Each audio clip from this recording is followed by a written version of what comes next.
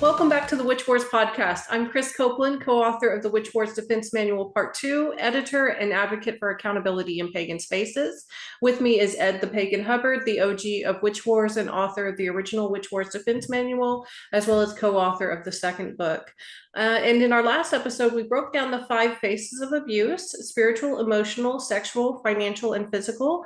Today, we're not just naming the harm, we're showing how to prevent it, especially in communal spaces. This episode is all about practical, policy-based techniques to build safer events, covens, rituals, and communities, spaces where abuse doesn't get the chance to start. So Ed, how are you? I'm good, thank you. Welcome back to the show. It's been a busy week. While this might be evergreen material, protests and things across the nation, and people's tempers are really starting to grow, both within our community and outside the community. You have a representative in Indiana calling out rallying against pagan culture. On the positive side, you see people like Serpent's Kiss, who's now gotten one of the representatives to introduce legalization of tarot. So you can win these games. You just have to be willing to stand up to them. Yeah, and have the funding to do so as well. A lot of these require going into litigation and fighting them. But yeah, definitely, we're seeing a lot of positives and a lot of negatives, but it's really showing exactly how much work we have to do to create the world that we want to see. Yeah, absolutely. So jumping into the techniques that we were going to cover today, I'll just pull up my notes here for that. So each of these phases of abuse shows up at community gatherings more often than people like to admit. And prevention isn't about paranoia, it's about responsibility. So here's how we can guard our circles. For spiritual abuse, what it can look like is using titles, rituals, or divine authority to control others. And you can even hear this as justifying harm as karma or the will of the gods. I actually just went through the first phase of training with Reverend Phoenix for abuse prevention that he has created for pastoral advisors. And yeah, this is exactly something that we talked about, that saying that someone deserves the bad that happens to them because it's karma is also a form of abuse. Ed, any thoughts on this or other examples of spiritual abuse that you've seen through the years? Well, let's go ahead and deal with what I think is the most important thing that we don't deal. And that is, even before spiritual abuse comes the belief that the cops, the police, the law enforcement are against you just because you're a pagan. And this under no circumstances is it what we are advocating should be done against this violence without doing this. If you are violently opposed, let's go ahead and make this very clear. I believe that you should go to the police. You should go to law enforcement and file your complaints. Do not let yourself be talked out of it. And it's the same thing. Oh, karma, it's this, it's that. The cops hate you. The one that I dislike the most, even before that, once you start to call it out, oh, the cops won't help you because they hate us. They're going to expose your family. I've heard this. So you don't believe that. If you're being physically threatened, a dead animal, violence, do not hesitate for a moment. Not only go to other spiritual leaders, but go to the police and make sure that report is set into place. Yeah, at the very least, just to have it there for any litigation that you decide to pursue in the future. The police may very well not do anything, but at least you will have a police officer's signature on a document that says this happened to you. And we've seen this with raping women. We've seen this with sexual assault, where these eventually accumulate to a pattern. Yeah. But this is one of the things that they will say to keep you from reporting spiritual abuse. Yeah, karma is not going to be there. Your soul is going to be endangered. Let's be perfectly honest. I was raised with the idea of traumatizing the soul. My pastor, as a Christian, wanted to traumatize my soul, to get me to be watching everything, to make sure that I didn't do bad things. So that spiritual abuse, that idea that you're a sinner or that you're a bad person, becomes a really good turning tool for any cult. And that, I don't care what religion you are, once you accept the fact that you're a bad person, right, then you have to go ahead and deal with being a good person. What does it take to make me a good person? And that makes you very vulnerable. So yes, spiritual abuse is like one of the worst places you can go to. Yeah, absolutely. And there are ways that groups can implement certain policies that do and maybe not prevent it completely, but definitely prevent a large majority of abuse from happening. So a few of these things that are recommended both in my experience as an educator as well as Ed's experience in working on these events and setting them up is a strict ban on leaders declaring divine messages that target individuals in the community. I think by nature we practice that already in the Correllian tradition. I've never heard of a lustration oracle that in any way targeted any individual. So I think that's a fairly standard procedure that every coven, every group can put into place.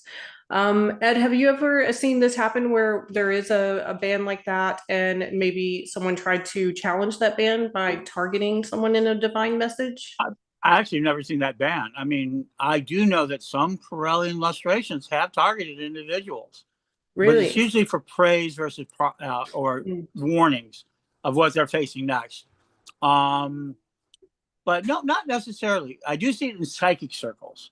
Now, gallery readings. Now, let's not, because we're also not just pagans, but we're also psychics and working. I have seen it in psychic circles, galleries. And this is the idea of either some loved one wants you or that you've committed some sort of crime, you committed something that you do so, and now you need to clean your spirit. But in gallery readings, I have, psychic readings, I have, not so much in divination, but it doesn't mean it's not possible. Of course it is. I've heard of it. I haven't experienced it. Yeah, absolutely. And I haven't seen any of those at lustration, but I'm assuming if they are that they're probably not presented in any way like negatively targeting that individual. At least I hope Well, not. and I don't think it's so much a ban in the Corellian tradition. Mhm. I don't think it's a ban. I think it's training. Yeah. Okay, we don't ban it. There's nothing banned in your oracles. We don't say that you can't say these things in your oracles because that's an interruption spirit. But our training, the way we train, the way we deal with all of it, does come out so that we don't do these things when the time comes for us to practice at a third degree. Because every Corellian high priest has to do an oracle. High priestess has to do an oracle. And they do a lot of them before that. But if your organization is trained against it to do already do it, you don't seem to have that problem. It Yeah. really comes down to all of this comes down to what is the culture and structure of your organization? What does it tolerate? And what do you tolerate? Yeah, absolutely. And the third point that we have with preventing spiritual abuse is event staff must have clear spiritual authority boundaries, and that the staff can be removable for misuse as well. So that if you have that in place, then if an event staff member is abusing their privileges as a staff member, then they can be removed from that authority through a clear process. And and when you see groups that collapse because the leader leaves or some that there's usually some tingement of that control authoritarian movement. Um, Look, I've been out of leadership for over 2.5 years now, about a little more than 2 years, and the tradition didn't collapse for me.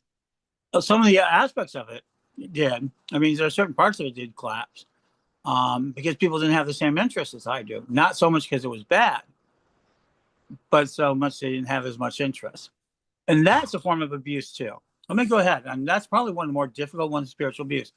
Your leader might be go, go, go. I know I was. And you get caught up into that circle. But one of the hardest things is I kept asking people to do things long after, they started, not recognizing because they didn't speak up that they were tired. They were getting worn out. They were getting burned out. Yeah. I didn't because I was passionate about it, but they didn't want to feel like of lower status. So if you get too much of your work and your volunteerism for your status, that's a form of abuse as well. Yeah, If you think you absolutely. can't turn down no, and the leader can be perfectly legitimate and not abusive. They can be overly passionate, overly aggressive. So that becomes then you blame them. I've been blamed for a lot of people, and I said, "Well, why don't you tell me you were having troubles? Well, you should have recognized it. That's on me, but also, that's on the leader that they don't recognize it, and it's also equally much on the individual to say no more. and the leader has to respect that. Yeah. Mhm. Moving on to emotional abuse, this can look like gaslighting, guilt tripping, public shaming, and manipulative leadership. So have you seen instances of this where you've used some of the techniques that you talk about in the book to stop it from happening or even prevent it altogether? Emotions are the number one source of power in the community. Period. Yeah. Let's not even play games. There's nothing in our community that's second to that power. Okay. That idea of emotion. One of the biggest techniques for newbies that go in there, you have to watch out for, is called love bombing. Yeah. Now, that's a fine line. I mean, when you come into a circle, you should be recognized and attention and everything else.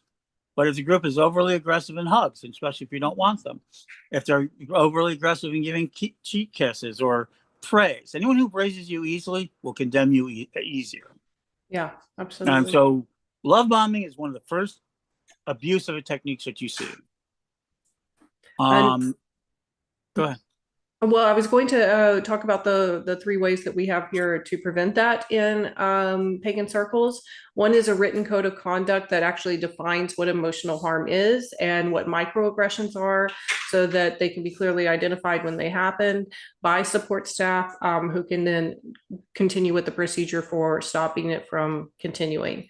You can also have designated mediators or emotional safety contacts on staff. If they see a situation getting heated, then they are able to step in and calm things down and help guide that conversation to a safer space. And then finally, conflict de-escalation workshops for event volunteers. I think this is especially important if they're working security. In pagan circles, I don't think any form of violent security techniques are necessary. We should, through de-escalation, be able to resolve that. And if it does carry over into a violent situation, then that's when you need to bring in the police. Any thoughts on that, Ed? Oh, well, and at festivals, they have actually trained security guards. So if you're going to have that sort of super security, such as an event, you're at a pagan pride, you're at that, don't get volunteers. I mean, as much as you can, make sure that the individuals you're getting volunteers. There are a lot of police who are pagan who can be hired. There's trained security guards.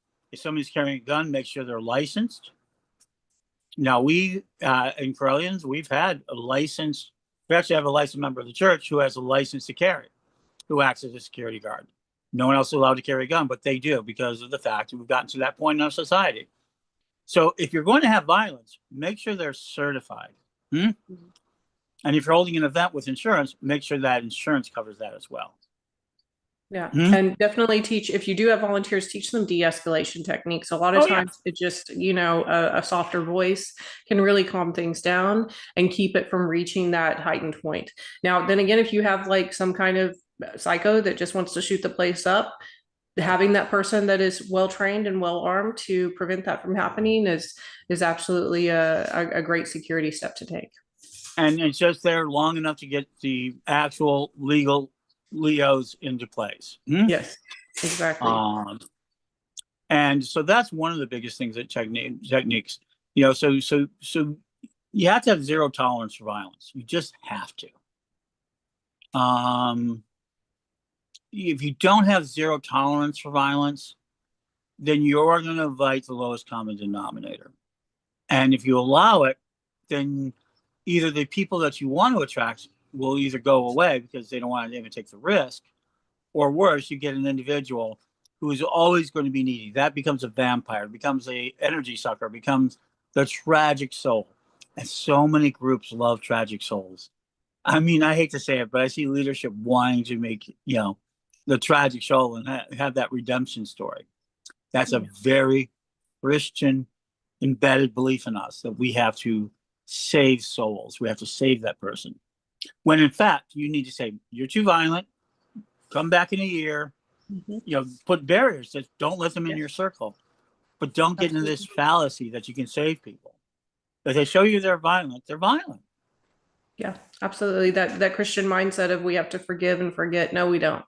If they show that they are dangerous, then they don't need to be in the community until they go through extensive training to not be so or not be dangerous anymore. Yeah, so thanks for that advice, Ed. And moving on to the third one, sexual abuse. So this can look like coercion that is framed as sacred sexuality, or forced participation in initiations, or even just unwanted touch during ritual. A lot of people coming into our circles are survivors of sexual abuse. And so any form of touch can be traumatic for them. And so the way we prevent that is with a strict consent policy that includes touch, sexual energy work, and clothing expectations. So, people can wear what they want. They can receive or stop the touch that is involved, and they don't have to participate in any form of sexual energy work if they don't want to. So that's a basic just consent policy to have at all of your rituals.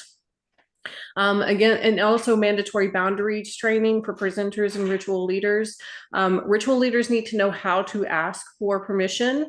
If, may I greet you? Do you prefer a greeting with a kiss, or do you want a fist bump?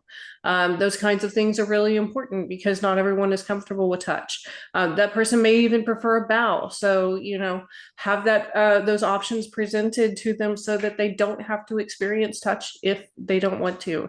Having someone triggered during a ritual is bad for everybody involved in that ritual. And then finally, clearly posted reporting protocols with anonymity options. Make sure that you have anonymous reporting as well as public reporting available so that people who maybe don't want their information public or want the experience they had public can still find justice and find support with your organization. And any thoughts on that, Ed? Well, I have two. One, I belong to a gardenerian coven. I actually run the gardenerian coven. Most people don't realize it. And we have nude ritual. But it's pre-laid out. It is nude ritual. We do have that. Now, in the old days, one of the biggest things was the idea of sexuality, the great rite. At one time, the great rite was acceptable. Both male and female. It's a very sexualized that done by a nude high priest and priest. But that's perfectly permissible in our group because we have set these consent. Yes. Yeah, and it's not some random people. You can't just come randomly in and go see that. It's a very sacred ritual. So we're not saying that sexuality or touching is wrong, but it has to have strong consent. On the other side of this, too, if you're a high priest and priestess and you have somebody who's constantly accusing when there's not there sexual abuse, sexual tension, that sort of thing, then you have a right to say, this isn't the group for you. You're allowed to let them exit, right? And saying, you're accusing me of this. We can't have that. I'm not doing this. Talk it out. Do everything you can. But you also have the right to push people out who are constant accusers, constantly creating these stories. And it's a hard thing to do. You want to believe them, do it. But you also have the right, once you realize that that's not happening, to ask them not to participate. We have the right to tell people, and this is going to get me, this is what the part of the turf problem is, part of the men's problem, it's everybody's problem. Do we have ultimately a right to reserve who we have in our circles? And that's where the abuse can come in. And especially if you've had very clear, clothing expectations up front as to what's going to happen in ritual and what's going to be involved, and they agree to that, and then all of a sudden during the ritual they're not okay with that, let them exit. Let them just go. Yeah, you have to. I mean, yeah. So one of the things, reason why Gardnerians doing it in their last, sort of the high ritual, is the idea we're all equal. With our clothing, we show off our status. It comes from very English, aristocratic, and it shows us our equality. There's a lot of people who have real difficulty with that. Yeah. And I get that. And we've had freakouts. I mean, we're so embedded with the negative right now. We have so many negative embeds from our Christian backgrounds, from our Hindu backgrounds, from our Buddhist backgrounds, from our Muslim backgrounds. All of these things kind of hodgepodge into America. And a lot of them sifted down to the most negative aspects. We've gotten to the point where we're paranoid of each of that. And paganism is a trauma-eating system. We spend more time dealing with people's traumas and getting them to live a healthy life more than magic, more than spellcraft, more than ritual. We're constantly in this mode of eating trauma. We're trauma eaters. And the best psychological practices, the techniques that we are taught through therapy are very similar to pagan techniques. There's meditation, there's mindfulness, there's spending time with yourself, getting in touch with your inner voice or your higher self, as we call it in paganism. Those are all perfectly proven psychological techniques that help people every day deal with PTSD and anxiety, personality disorders. So yeah, magic does work in healing trauma, absolutely. Mm-hmm. So moving on to financial abuse, what this looks like is forcing or manipulating people into giving money, charging hidden fees, or using spiritual threat to extract donations. In Christianity, you'll see this as the pastor that passes around the plate 10 or 15 times, or even locks the doors if he doesn't get enough money and makes people give more. It can be, it often is much less obvious than that. So it's definitely something to be aware of that can happen. The ways you can prevent it are with your own group is just have a transparent fee structure for all of it, post it on your website, keep all of Mm-hmm. that information public. Don't have any required offerings for blessings, readings, or healings unless they're posted on those transparent fee structures, and make sure that they are, market value, that they're not excessive in nature. And then financial assistance options and clear rules against guilt-based upcharging. So if you have vendors at your event, for example, and a vendor may not be able to afford the full fee. Maybe you can offer instead a percent of sales for that particular vendor.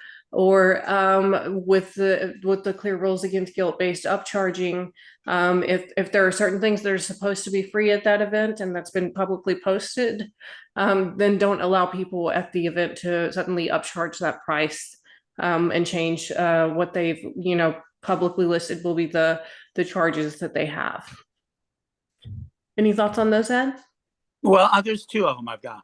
Let me deal with one. So just because it's not affordable by you, and the group says it up front, doesn't mean it. I know of witches balls that go out there, and I'm a big advocate. They're $200, $300, per person or per couple. There are a number of them across the country that are ran. These are big financiers. Festivals are allowed to charge. Some of the festivals charge. Starwood charges $300 to get in to spend the week with them, which is actually pretty cheap. But people go, "Oh, I can't afford that." Mm-hmm. Just because somebody can't afford it, don't let them abuse you back as the leadership. So many leadership gets abused. Like you started this, you should pay for it. So the fact is, being upfront with your fees is important, but don't let the poorest person in your group advocate against those fees. Yeah. Okay. And if you have it available to offer those scholarships or things like that, great, offer it. But if you don't go into don't be financially abused yourself into giving out those things that you can't really afford to give out. And so a lot of leadership self-abuses by paying for things that they don't need to or too much. Yeah. The second thing is, and I see this, and I've seen this in our own tradition at times, where certain individuals will advocate and spend a fortune on leadership, on events. They will take on the advocacy of it and then come back to you as a leader saying, "Oh, I helped you with this event." I mean, I've seen it, that sort of event that they've spent hundreds, even thousands of dollars to help. Yeah. And then they expect from the leadership some, not only just graciousness, and they should, and some thank yous, but then they want particular things. So the volunteer, the member of your group, can also abuse leadership by financials, and it's a big, big trap for leadership. Let me tell you, this is a big trap. Getting readings every week from an individual who pays you $100 a week, that's nice, but it can be also negative. So you have to be very, very careful as a leader, not only to charge what you're worth and do that out there, but they're not manipulating you back for finances, and that shows up. Yeah, absolutely. Yeah. So it is a two-way street. But yes, if leadership tries to charge you, it's just like the gypsy. Oh, you need to be cleansed. You need to be initiated. You need to do this. Fine. But make sure that it is level and what it's for. It gets back to what is the group spending the money on. And, be aware. And then finally, we have physical abuse. So this can be aggressive ritual contact, maybe grabbing, maybe pushing, maybe hitting even. It could be raising voices even as a form of abuse. Physical intimidation, that's including the raising voices or leaning into people, kind of bowing up to people. Unsafe ritual tools or environments can also be included in this. So if someone is using certain instruments that are not properly cleaned or has an unsafe ritual environment in some way, that is also a form of physical abuse. And so you can prevent that by enforced safety checks on all ritual spaces. So making sure that there are fire checks, that people know the fire exits, that the tools are properly cleaned and stored, and that there is mobility access for people who are differently abled. Also, consent-based martial arts or energy work. There's never an automatic participation in any of those types of physical activities. If you do have physical activity in your ritual, make sure that people are consenting to participation. And clearly visible event security trained in nonviolent intervention. Anything to add to that one, Ed? Not really. I mean, again, physical abuse. Now, there are flagellants, especially amongst the Gardnerians. There are rituals which are very directly BDSM based. There's a huge group of our community that does have those behaviors. And they're usually very good about consent and they're very good about what they do. But sometimes, and I've seen this too, if you find yourself accidentally in one of those spaces, advocate saying, hey, no, I need to get out of it. And if anyone tries to force you on the cross or in those various positions, then don't accept it. Yeah. Just because not violence, sexual pain is used in some groups doesn't make them a bad group. No. Only that makes them a bad group is when they force consent. So don't automatically, I've seen so many people, oh, you practice BDSM, you're not worthy of the community. Not true. Consent is. Because, we research all sorts of ideas, including ecstasy through pain, ecstasy through pleasure. And we are a very sexual community. So we have a lot more gray area. We have to be much more into consent. We much more into that because, I joke because he says every person in the community I've ever slept with was a high priest or higher. I wouldn't, never, doing that. You had to have your independent, people are like, that's funny.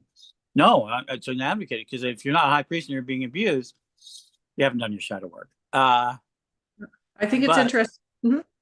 But that's it. I mean, there's a lot more gray, and we're talking frivolously a little bit about getting, the sort of the idea of getting training, because there's not enough training out there. That's something that has got to be out there. Most of these groups are tiny. They're small. They're 3, 4, 5, a dozen, 20. They don't have a lot of resources. So we need, so that's what good are festivals for. Festivals have a lot of training in this. There are, classes online for exercise. If you're training this, we need to make it more advocate because our community isn't one macro organization. We're not the Catholic Church. We're not even a Baptist church. One Baptist super church can have much more power than all the pagans in the United States. I say it. Yeah. We're so small community, and that's why getting these forms of consent, these ideas early into our system builds a long-term culture. Like I said before, early with the oracles, we don't see that type of abuse within the Kremlin tradition, not because they trained against it, but they trained the right way to do something that it doesn't become part of the system. It's right now about us finding ways to build this so it doesn't become part of the system. Because once it becomes cultural, such as sleeping for third degree, the great rites, allowing for, as we've talked before, not taking pedophiles seriously, these sort of things built a culture that we're now paying a price for. So what we're talking about, what is the B generation, Generation B, which is being born this year, what are they going to face? Yeah, and through the Correllian Order of Survivors, we are providing a training course for advocates who would like to prevent abuse in their communities as well as help survivors.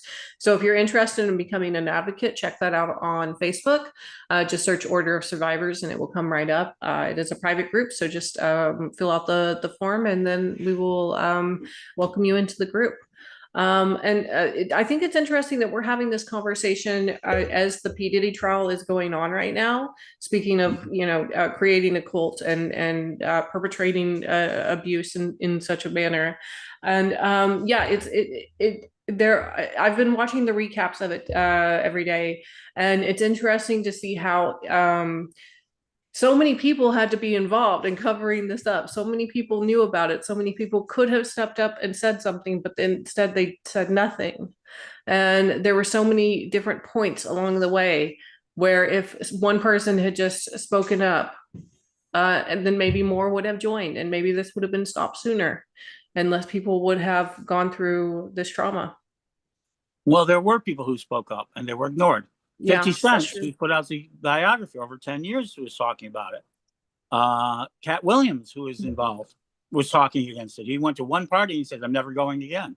There have been a number of people. We don't want to hear negative by the people that we put up on the podiums. This is the number one trick. Let's get down to it. If you're putting a person on a podium, if you're putting them on a pedestal, right, and you hear something wrong about them, you don't want to be wrong. You just don't want to be wrong. Yeah. You don't want to advocate against somebody. You just don't. You don't want to be embarrassed saying, "Oh, I did that." I mean, I'm one of my biggest things. I tell people all the time. When I used to love Donald Trump and The Apprentice, and the book of the art of negotiation, right? But I didn't defend him. A lot of people went on to defend him when he attacked Obama. When he talked it, when it became obvious that he was an abuser, I walked away. Yeah. But you can be wrong. So you can follow somebody and think they're perfectly fine and take that until you find out wrong. But that's really where it is. What you see with P. Diddy, you see oftentimes, we talked about Kenny Klein and other places, is that once you realize what's happening, are you going to listen? Yeah. And we'll see. P. Diddy will change the way the Sean Combs trial will change the law. It's such a massive attempt by the government. If he succeeds and they do convict him, it'll change the law. And if he gets off, it's going to change the law and how it advocates. So it's worth watching. Absolutely, yeah. The future of survivors in general is going to be based off of this trial, the outcome of this trial, and whether or not our systems going forward are going to continue to cover for men like him, or they're going to finally, step up for the victims involved and the survivors of this abuse. I don't hold out hope that he will be convicted if he's gotten away with it for this long. And, we saw a conviction with Bill Cosby, and then he was released from prison as well. It took them twice to get R. Kelly, and they never got Michael Jackson either. So to me, it just feels like these men in power tend to get away with their abuse under this system. So I think that's going to sadly probably continue for at least the next few on the years. advocates, because just because you mentioned all four of those happen to be Black individuals, Marilyn Manson's never been held accountable. Exactly. Yeah. You find this out, some of the early rock bands, who used to grab the groupies in the back, 16, 17, 18, and they all thought that was so cute. Yeah, I picked those names in particular because I was a huge fan of R. Kelly and a huge fan of Michael Jackson as well. And I loved Bill Cosby growing up as a kid. He was, he taught me a lot of life lessons, and to find out that in the end he was just as bad as other men I've known in my life, and it was just shocking. And you listen to any of the female singers. I mean, they all talking about abuse that they've received. So this is cultural, and we have to stop that from happening. I mean, you don't see, I love Snoop Dogg. You don't hear about him. You don't hear it about, Cat Williams, a great comedian that I love. I mean, you don't. Yeah. You just don't, and they're just out there too. So if there is some smoke out there, I mean, and sometimes people get accused. I mean, I'm not going to say it, but they should be able to, talk about it. So I think this is very important. But the number one thing above all else, that you can do to fight this, either as somebody who gets accused, somebody who wants to do the accusal, is not to be silent. Do not let it sit. The minute it begins, you have to begin advocacy. If it's violence and threats of violence, get police. If it's behavioral status, go to your high priest and high priestess, leave the group if necessary. If it's, let other groups know, whatever it is, the sooner you take advocacy, as soon as you take your self-care, as soon as you begin the process of trying to heal it, is the better Yeah. off you'll be. Do not let it sit. Because everything we've just talked about in the last 5 minutes, 10 minutes was about events that were allowed to sit. And Yeah. they got worse and worse. Exactly. And those are clear, actionable techniques that we give you. These are policies that you can implement today. These are not hard to do. If you need extra training, you can find that it is available out there for your event staff. But these should already be in place if they're not. And if you need help with getting them in place, then reach out to us. We'll be happy to give you some resources for that.